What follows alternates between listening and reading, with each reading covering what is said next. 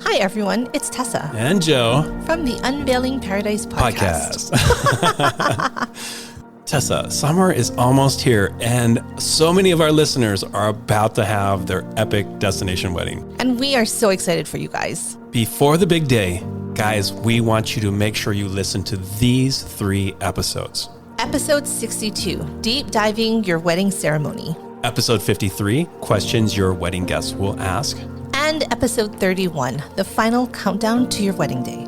And if you're planning your wedding here in Hawaii, hit us up and ask us about our Unveiling Paradise podcast promo. Happy planning.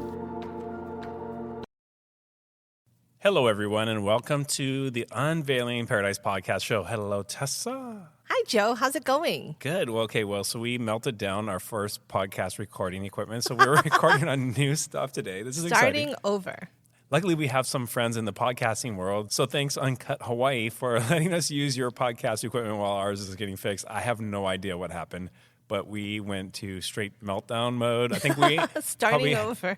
I literally think we just had like the best, most epic podcast to share, and then our equipment just went to kaput. And so here we are. And here we are. Take 2. Let's do this. All right, so what do we want to talk about today? So today I think it's going to be a fun blend of what I do and what you do. Okay, Right? so So we're talking greatness about... and mediocrity? You're the greatness. Don't talk about yourself like that. It's just rude. Talk yourself up. But today we want to talk about timelines and specifically photography timelines. How do you maximize your photographer and what can you do in that time?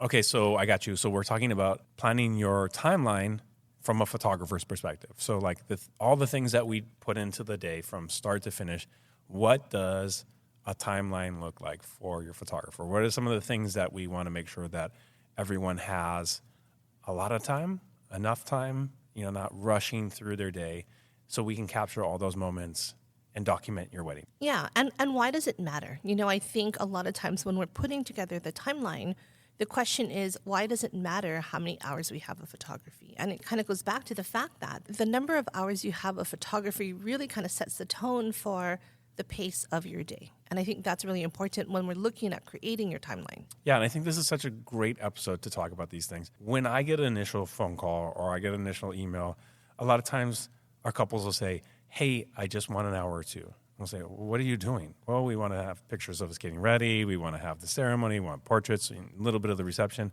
you're like, that's Right. not possible. It's not possible to do that in an hour. So I guess today, really, again, we want to talk about what is realistic. What can you actually accomplish? What is that sweet spot of having just the right amount of coverage so you're able to document your wedding day and have all of those images to look back on? And what's important to include in your wedding day timeline. Perfect. All right, let's get started. Welcome to Unveiling Paradise, your go-to destination wedding podcast. I'm Tessa, wedding planner and owner of Fred and Kate Events. And I'm Joe, wedding and adventure photographer of Joseph Esser Photography. We are based in Hawaii, one of the biggest, most popular locations for destination weddings. We want to share our real-life experiences with you, give you insight from a professional's perspective, and still make sure you're having fun in the process. We're huge believers in the fact that planning a destination wedding can be one of the most amazing experiences, and we want to bring you along. We're so excited to talk with you about weddings, Hawaii, and everything else under the sun. So pack your bags and let's get started. All right, welcome back, everyone. Today, we're really going to be talking about your photography timeline and maximizing your photography timeline on your wedding day. Now, Tessa, you work a lot with your couples creating that timeline, and also the photographer works with that couple. So there is this kind of communication that happens between yourself, myself, and the couple, right? And we want to get it right. We want to make sure that photography and what we have booked with our couple fits into that bigger, like the macro wedding day timeline, right? We want to make sure that we're able to get all the photos we want to get done in the amount of time that you've allocated for everything else to happen. So we have to play nice to each other. We have to work together on this, right? Isn't this something that's like such an important part of what you do and what we do together? I think it's a really important part. And I think, when we're looking at a photography contract, did people book 6 hours, 10 hours, 12 hours? It makes a difference, right? And 15 hours. 15 hours overnight, a 24-hour package. Do you want to know the longest wedding day that I've ever had? Yes. 16 and a half hours. Wow. So what did you do? So we started before the sun had risen, and we were there till the very, very end of the night. And this was like a cultural wedding with lots of different things that were happening. So they had a number of tea ceremonies that were happening at his and her house. You know, they had multiple outfit changes. They were going from multiple venues. And it actually, believe it or not, was a jam-packed day. 16 and a half hours didn't actually seem like we had enough coverage, believe it or not. That's crazy. And if you think about it, you know, when we do Indian weddings, it's multiple days and long days too. Right. So you and your team must be exhausted. I know you guys are running around working hard all day long. We run on caffeine. Caffeine and Rockstar, Red Bull, whatever it takes. all the caffeine possible. Yeah. Okay, so going back to creating a timeline, right? Where do we start? I try to ask my couples a few questions to kind of figure out within that time that they've hired you for, what are they trying to accomplish? So I'm looking at, are you doing a first look? Do you want sunset photos? Are you in a venue where you're going to get sunset photos? In Hawaii or on Oahu, there are some venues where it's right on the water, the sun sets. Like, it would be crazy not to get sunset photos. On the flip side, if you're in a ballroom or if you're in a venue on the opposite side of the island and you don't see it, then sunset photos aren't as mandatory. They're not necessary. It's going to just get dark. Okay, actually, you know what? I think those are all really important questions. But actually, if I can put you on timeout for a second. Yeah. Do it. Go in your corner. Yeah. As the photographer in the room, these are the questions that I start with my couples. Okay, and I think this is really true for pretty much every single wedding. There are 4 parts of your wedding day that I think most of our couples want to have photographed. You have the getting ready prep, right? That's when we get to jump in and take pictures of the dress, the suit, the ties, you know, the necklace, the rings, all of these kind of things that you're going to be wearing that are going to be getting dirty that you want to have photographed before you actually put them on, right? Then you also have your ceremony. This is when you're doing your vows, you're doing all the, this is the big moments like that kind of thing. Your portraits meaning the family photos that you're going to be doing with, your loved ones, your wedding party, your entourage pictures, and you guys as a couple, and then your reception. So whatever you have planned for your reception, we want to photograph. I think in the biggest picture, every single wedding photographer will say and agree to this one statement. The goal of wedding photography is to document your day. We know that your wedding day starts and finishes in a blaze of glory, like blink of an eye, day is done. And our job is really important because we get to document that day. We get to take pictures of those candid moments, those more styled shots of your details and whatever it might be, the day unfolding. And after the fact, that's what you get. You get all of these photos. When we think about that timeline, we want to make sure that that timeline gives us time for all of those different 4 parts of the day. Now, you started talking about, are you doing a first look? How does that change a timeline? When we're talking to clients, when I'm talking to clients, your 4 parts are the ideal. We have getting ready, ceremony, portrait, reception. When I'm talking to couples, for me, a lot of times it's, hey, we don't even want a photographer, or we just want one for 4 hours. So it's that understanding that we may not have you for 6, 8 hours or whatever it takes to document all of these. So with me, a lot of it's what are your main priorities, and then we build from there. I have a wedding this Saturday, and they have 4 hours, and that's all they wanted, and there was nothing more. So we start at ceremony through reception. So we don't have any of the getting ready. We have very limited portraits. They want their ceremony documented, a few family photos, and keep in mind we're in Hawaii. Sunset is early. We don't have a lot of family photos. We have ceremony, 2 or 3 family photos, sunset photos, so they're going to get their portraits, and then it's the reception, and they're not even staying through dinner. You know what I love about you and I is that you have a completely different experience on a wedding day than I do. Like, if you have a couple that doesn't want photos, I'm not going to get hired on this. You know what I mean? Like, I don't know what that feels like not to have a photographer at a wedding. Exactly. Well, I agree with you, and I think it's kind of exciting because I think you and I are just coming at it from 2 different points of view. So as we're kind of talking it through with our clients, we have such different perspectives. I'm very interested to see what it's going to be like when we kind of talk it through today. Because you are like the main chef, right? You're the chef that puts all of the vendors into play, right? So, like, I might be a carrot to your stew, whatever it is, right? Yeah. And like, I see things very, very carroty, right? But like, you have all these other vegetables that you're like mixing up in a day. But like, for me, this is what I see. This is the things that I know are critical to tell that wedding day story. And again, like when we talk about documenting a day, it is about retelling that story. what are the key parts of that story, right? And for me, and let's just jump into this a little bit, getting ready. So I think some people are like, oh, I don't really need pictures of me getting ready. That seems weird. Especially, I think it's like the grooms that are like, oh, I don't want to do that. That's going to be awkward. There is so much great raw emotion that's happening before you guys see each other. And you just think about that. Like, how do you, if you're telling a story, what's the beginning part of that story? For me, it's before you guys see each other. It's that anxiety and that excitement and that stress, and you're with your bridesmaids and you're with your groomsmen, and there's just like all these things that are happening. Why wouldn't you want to have that documented as part of your wedding day? Sure. And I agree with you. I agree that start to finish, in an ideal world with an ideal budget, having that documented from beginning to end is what everybody should have. With that said, like you said, as the chef of this stew, I'm trying to balance all of their vendors. So they may say, listen, we want 12 hours of photo. Can we do it in 8? Let's put 12 carrots in their stew then. You know what I mean?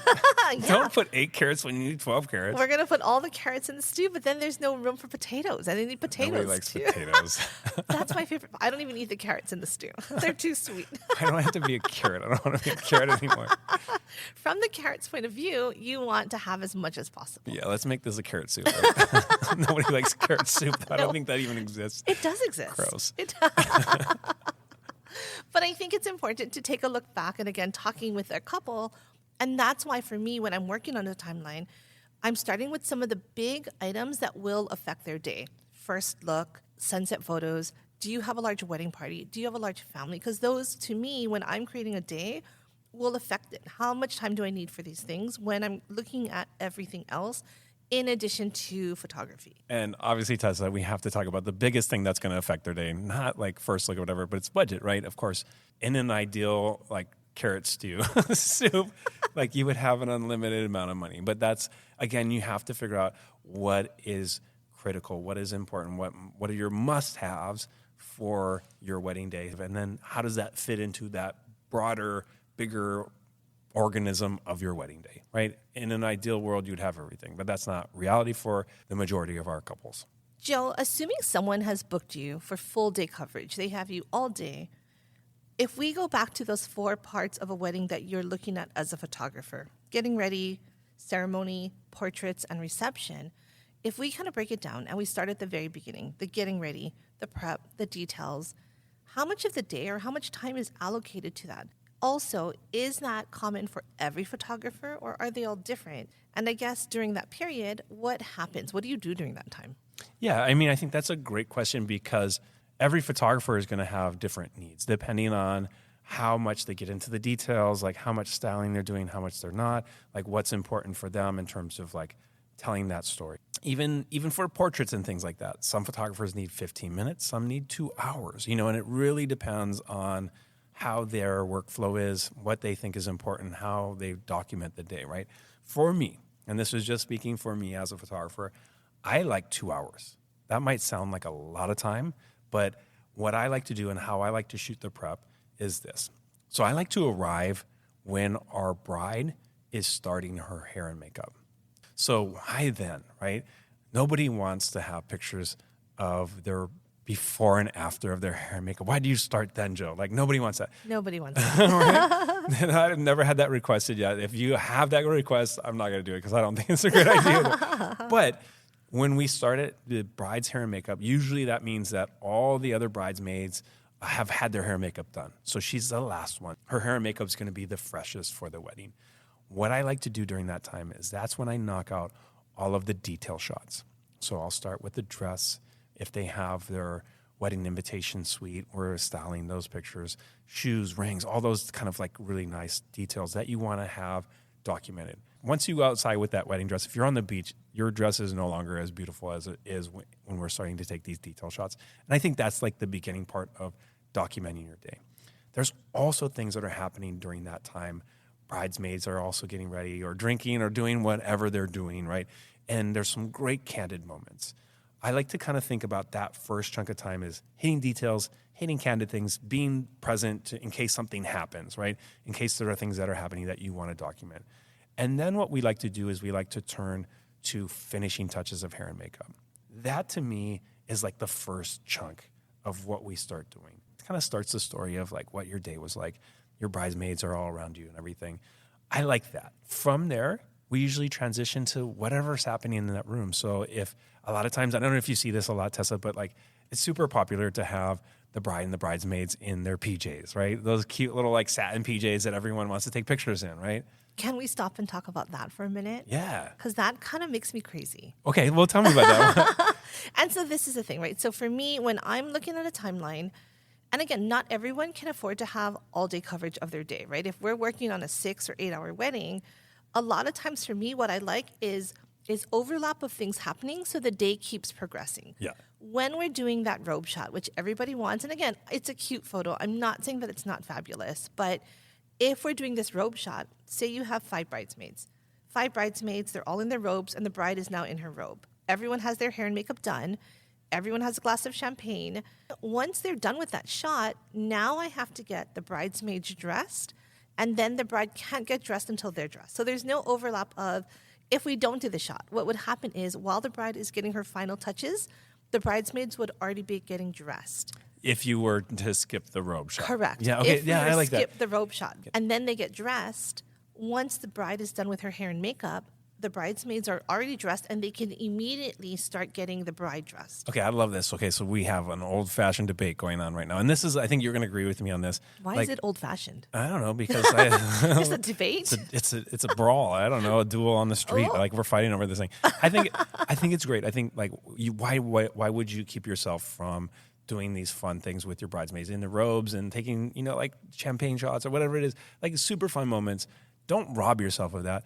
What I will say, and I think you'll agree with me on, is if you're going to do it, make sure you have plenty of time.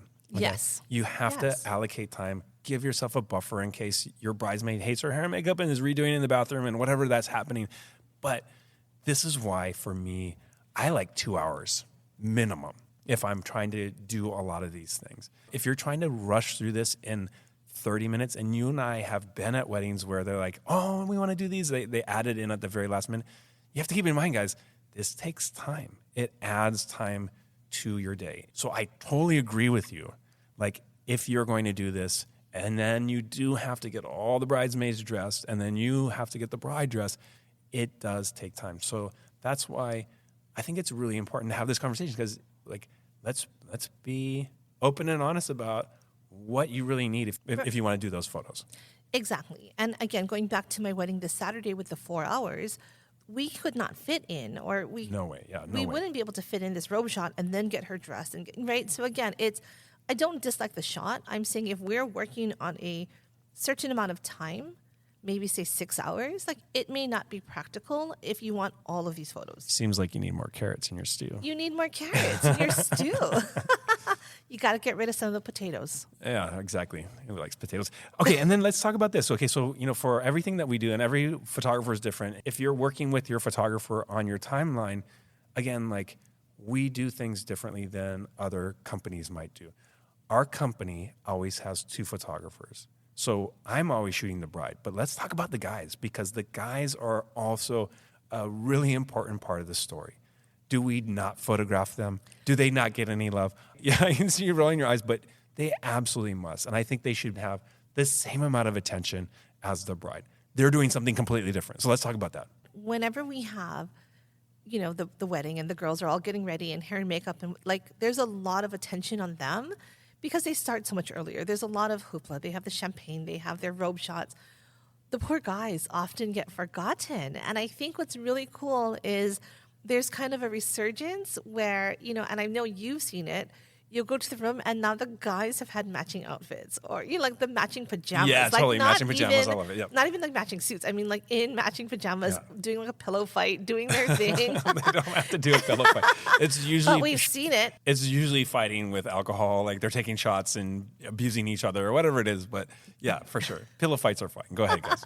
And yes, I agree, right? The whole reason of having 2 photographers with the couple or one on each side is you're not seeing any of that, right? As the other partner, you're not seeing what's going on. So I think to be able to go back and see those photos and see the fun and the emotions and the whatever, I think that's really cool and really important to capture. Yeah, and it's chock full of raw emotion. Like there's so much suspense, so much excitement, so much anxiety, so much like why wouldn't you want to have that photographed? Tessa, there's just one more thing I want to talk about with prep, okay, for prep photos. We already kind of like hinted on it a little bit, but you want to make sure that you have plenty of time, buffer time, right, during the prep. Okay, so if you're doing a first look, don't be like getting into your dress 5 minutes before your first look. You and I have so many stories about this. Like something goes wrong. The zipper rips off the back of the bride's dress. I've had that happen to me. Like, what if you don't have enough time? What if you're rushing from one place to the next? You have to give yourself time. I think one of the most common questions I get, once I draft a timeline, I review it with my clients. A lot of times it's that, do we really need 30 minutes to get into our dress? Do we really need 30 minutes for this? Or why do we have so much time? Is there a buffer? And the answer always for me is yes. You never know what to expect. And we'll always ask my couples, like, what does your dress look like? What is it like? Is it a zipper? Are there hooks? What are we preparing for? So we go in and we plan accordingly. A zipper obviously will be a lot faster than buttons, right? Or a bustle or, any sort of bodice that needs to be tied. But this one bride we had was like, it's a zipper, it's super fast, there's buttons, but they're fake. No problem. Okay, so we get in that morning and I'm looking at the dress and I'm like, these aren't fake buttons. Like, there are hooks. And there were about 100. Like, it went all the way down her train. It's gorgeous, but it takes time. And we can talk about a million things that can delay a couple from actually being on time. And a lot of things that people don't think about, right, is before you get into your dress, you want to eat a little something. You want to have time to, use the bathroom. You don't want to have to poop. Can I say that? you can say that. That's a little weird, but yeah, you're right. Nobody wants to poop after their wedding dress. I always tell them to poop. And anyway. Right? And so you need to factor in that time. It's just go, go, go.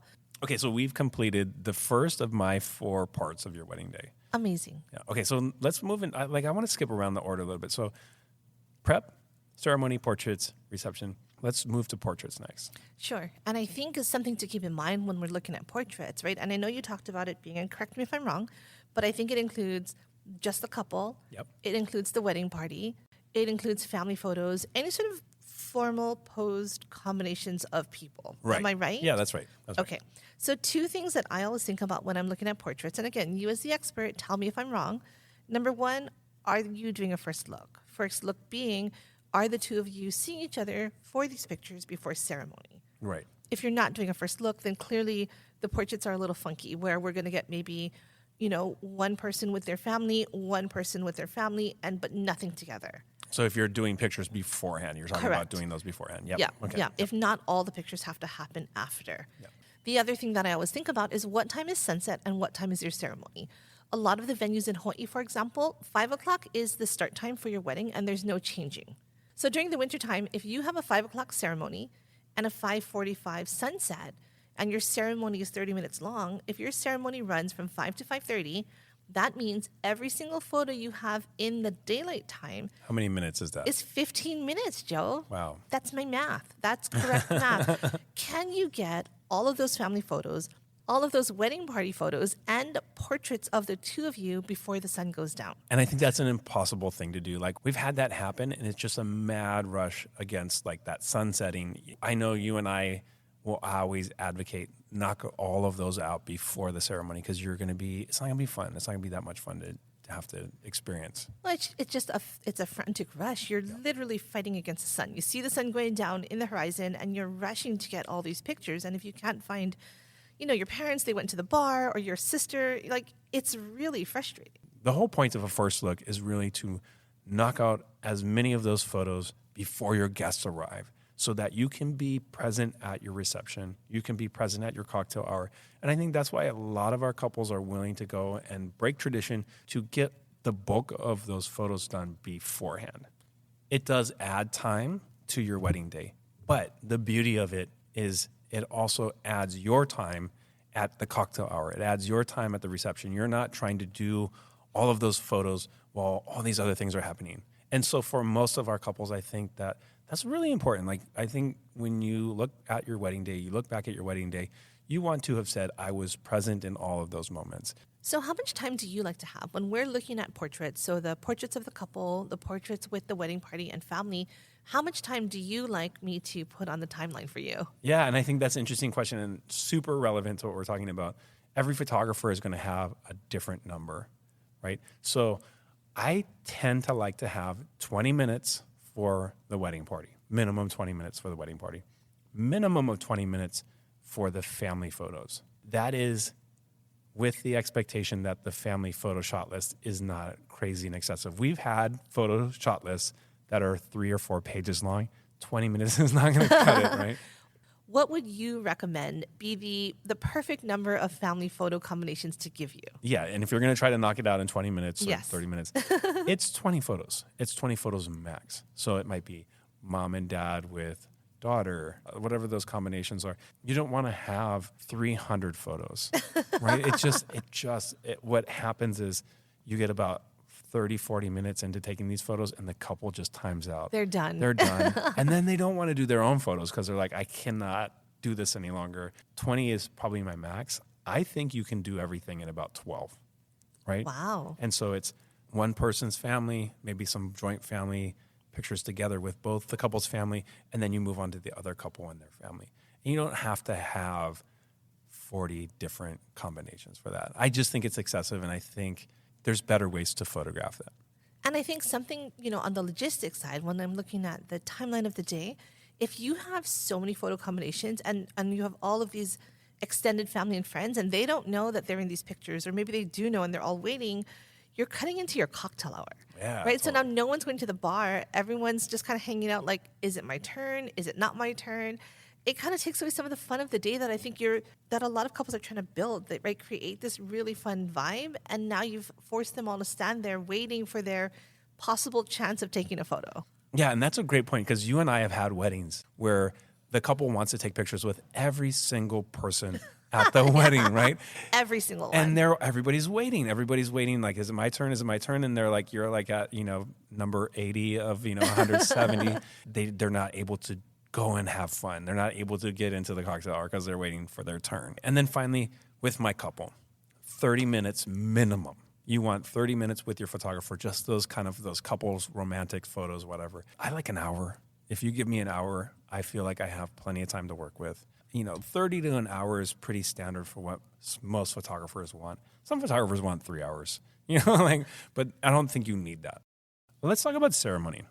Photographing the ceremony to me is kind of unpredictable, actually. There's some things that are totally scripted. The vows are going to happen. That there's going to be a big grand kiss at the end. But there's so much going on around that couple that we want to photograph and document that I think it's one of the most dynamic parts of the day.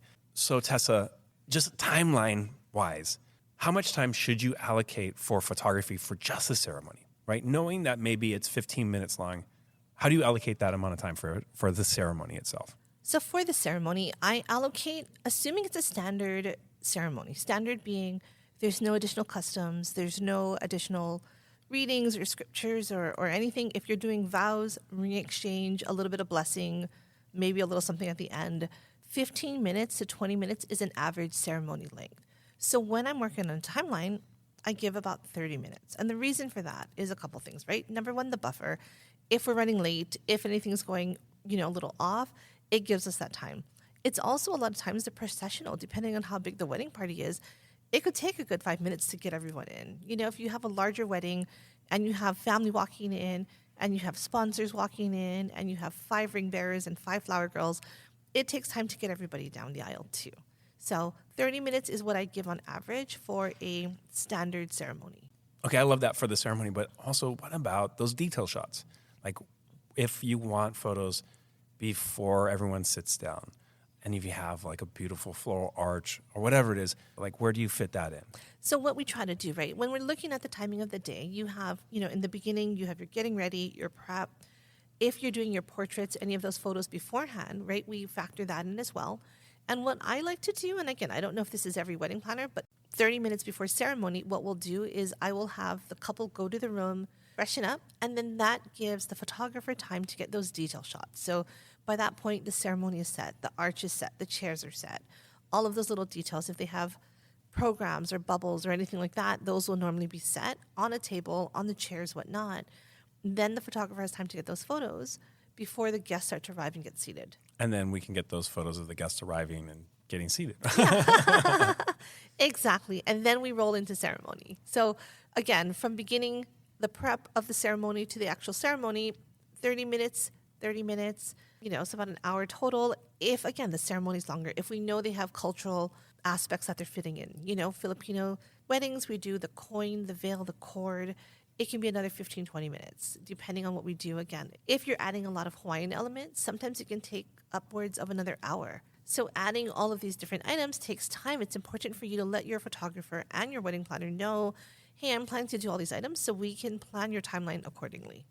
So what about reception? We're talking about, from the grand entrance into dinner, into the late night, into the party.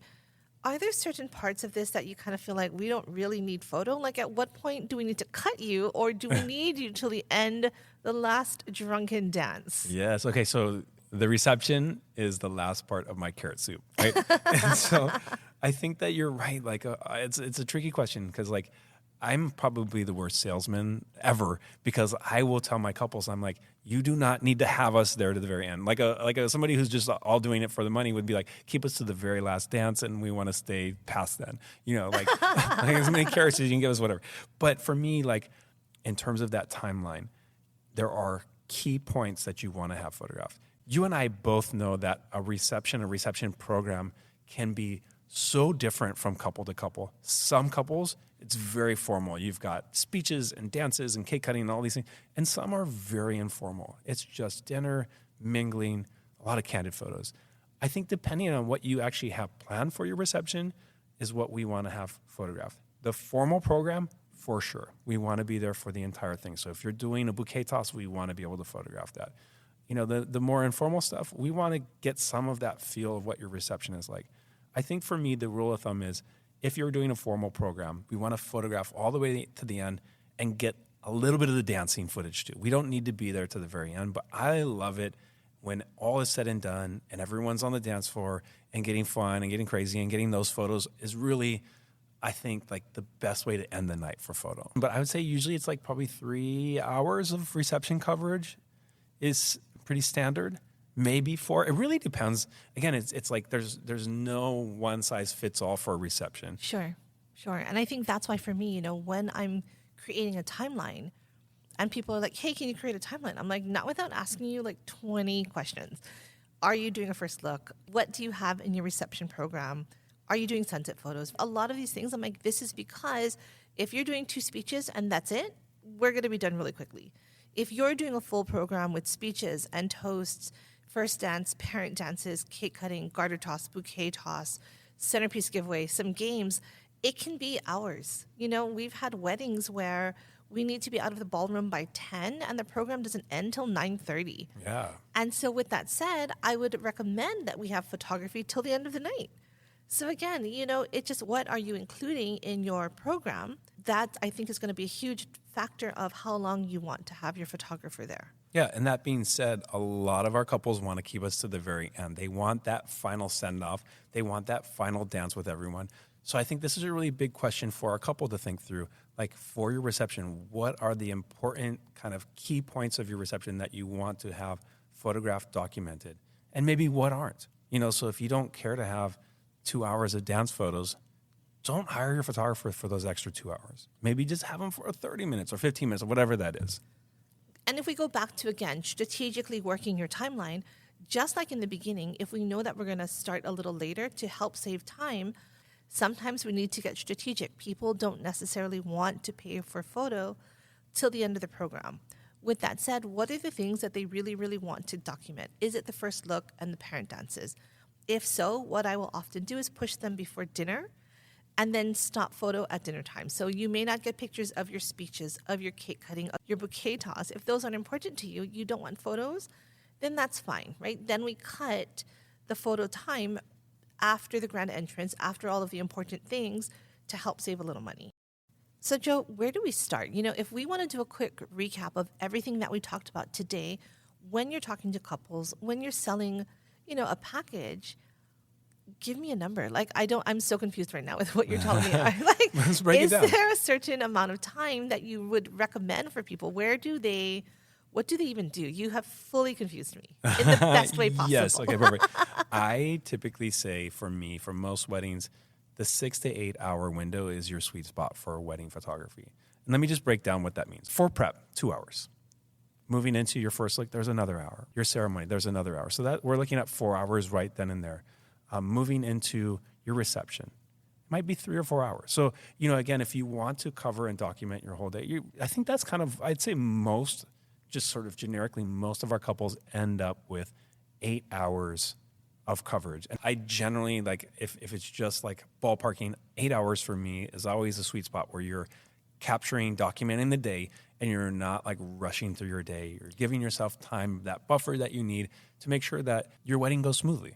Or you're not cutting anything. Again, can we do it in 6 hours?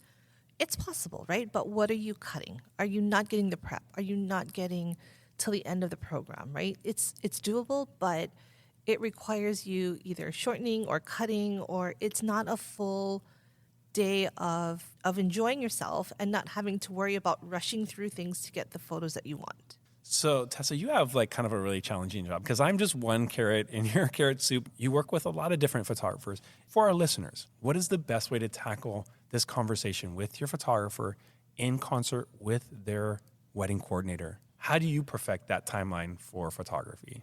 So I think the best thing to do is communicate with your photographer and your wedding planner. They have to be on the same page. Again, your wedding planner is looking at the whole picture of the day, understanding how the photographer fits in. If you hired videography, this is also going to be a little twist, which, again, time for a separate episode, but it will very much affect the day. What time can hair and makeup be there? What time do you have to do all of these other details?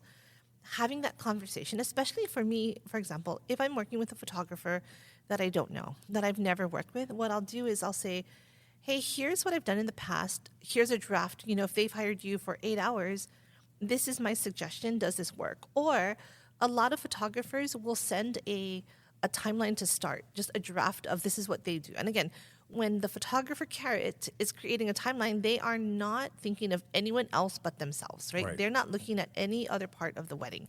So they're going to send it to the couple and say, based on what I need, you can hire me for 8 hours. And the couple may do that. I will ask the couple, do you have a timeline that they shared with you? Because if so, let me take a look to make sure it fits with every other vegetable in our soup, including the potatoes. And so I think that's really important, is figuring out, how does this timeline play into ours? Again, like you said, I've worked with some photographers where their portrait shots are 3 hours, and it really kind of derails because all of a sudden we have to start hair and makeup 2 hours earlier. We have to bring family in earlier. It adjusts to everything. So the sooner you connect your photographer with your wedding planner, I think you will be setting your wedding up for success. I love this. This has been a really helpful show. I love talking about, a lot of this happens behind the scenes between the photographer and the coordinator. It's really important that you do bring those two into the fold. Before we end for the day, who's the potato on the soup again? I can't remember. I think it's me. Oh. Am I the potato? That's kind of awkward. I love potatoes.